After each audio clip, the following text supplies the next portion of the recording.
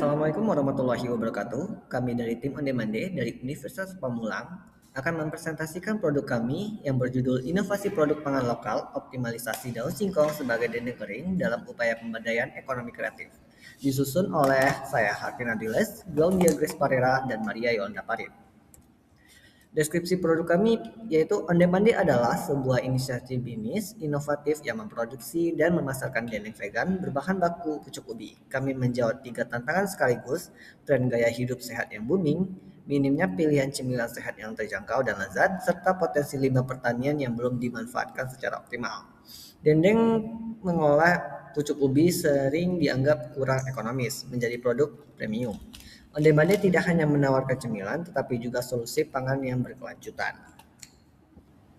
Pastel analisis, yang pertama ada opportunity, tren gaya hidup sehat dan konsumsi nabati, gerakan cinta produk lokal, kemudahan akses pemasaran dan penjualan digital. Yang kedua ada threats, yaitu intensitas persaingan di industri snack yang sangat tinggi, fluktuasi harga bahan baku pendukung, peniru yang cepat muncul, perubahan regulasi pangan atau BPOM, sertifikasi halal MD/ML dari BPOM. Yang terakhir, perubahan selera konsumen, tren makanan bisa berubah dengan cepat. Selanjutnya ada pastel analisis. Yang pertama, analisis politik. Onde Mande dapat mengetahui pemerintah bisa mengatur ekonomi dan industri di negaranya. Yang kedua, analisis ekonomi. Onde Mande dapat menganalisis perekonomian usaha, apakah usaha yang akan dibuka memiliki nilai ekonomis yang baik. Yang ketiga, analisis sosial. Onde Mande dapat menganalisis masyarakat yang akan ditargetkan menjadi segmen pelanggannya seperti para vegan. Yang keempat, analisis teknologi. Onde Mande dapat menganalisis penggunaan teknologi seperti mesin peniri minyak dan media sosial dalam masalah pemasarannya agar cakup pasar lebih luas. Yang kelima, ada analisis hukum. Onde Mande dapat menganalisis sistem SOP pangan dari pemerintah seperti izin BPOM, izin halal, dan regulasinya. Yang keenam, ada analisis lingkungan. Onde Mande dapat menganalisis membuat pengolahan limbah agar tidak terjadinya pencemaran lingkungan di sekitar yang disebabkan oleh operasional kerja. Berikutnya ada jenis produk. Produk kami mengarah kepada makanan dan snack. Yang pertama, Pain Refillers. Konsumen vegan dapat opsional cemilan sehat, bergizi, dan yang paling utama terbuat dari serat nabati dan tumbuhan. Yang kedua, Game Creators. Dengan adanya produk kami yang menjadi pelopor makanan sehat yang membuat konsumen dapat lebih mudah mendapatkan makanan sehat yang lebih ekonomi. Yang terakhir ada Frame, dengan menghadirkan dendeng kering dengan menggunakan teknologi mesin peniri, sehingga menciptakan dendeng yang garing dan tahan lama, serta lebih sehat untuk konsumen karena kadar minyak cemilannya lebih sedikit. Selanjutnya ada operasional di bulan pertama. Yang pertama adalah penyusunan studi kelayakan dan rencana bisnis. Kemudian di bulan kedua ada pendirian badan hukum dan usaha perizinan dasar. Yang kedua perencanaan produk dan R&D awal. Yang ketiga ada penyiapan renovasi tempat produksi. Dan yang keempat pembelian instalasi mesin atau peralatan, rekrutmen dan training karyawan inti. Di bulan keempat, ada yang pertama, uji coba produksi dan finansialisasi produk. Yang kedua, pembuatan website sosial media dan platform digital. Yang ketiga, launching produk dan pemasaran perdana. Selanjutnya ada struktur organisasi terdiri dari 3 anggota. Yang pertama ada Harvin Ardiles selaku founder. Yang kedua ada Glaudia Grace Parera selaku di bagian keuangan. Dan yang ketiga ada Maria Yolanda Parit bagian pemasaran. Selanjutnya ada pemasaran produk. Strategi pemasaran modal bisnis kami berfokus pada manufacturing dan penjualan langsung melalui saluran-saluran. Yang pertama online melalui e-commerce, Shopee, Tokopedia, media sosial, Instagram, TikTok, dan website resmi. Yang kedua ada offline melalui mitra waralaba sehat, supermarket, dan pop-up store di acara-acara. Yang ketiga, target pasar utama kami adalah konsumen usia 18 sampai 35 tahun di perkotaan yang sadar akan kesehatan, pelaku diet vegan atau vegetarian, dan pecinta kuliner inovatif. Selanjutnya ada RAB kami dengan total anggaran 18.000 dibagi 4 sama dengan 4.500. Kemudian ada beban dengan total anggaran 5.500, kemudian ada biaya overhead dengan total anggaran 294.500 sama dengan 588.000. Kemudian ada HPP per unit dengan total anggaran 10.588. Selanjutnya ada BEP.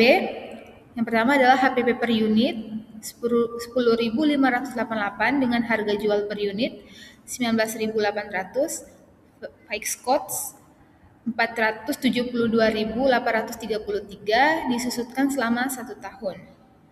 Margin per unit CM harga jual kurang HPP 19.800 dikurangi 10.588 sama dengan 9.212. Analisis BEP dalam unit.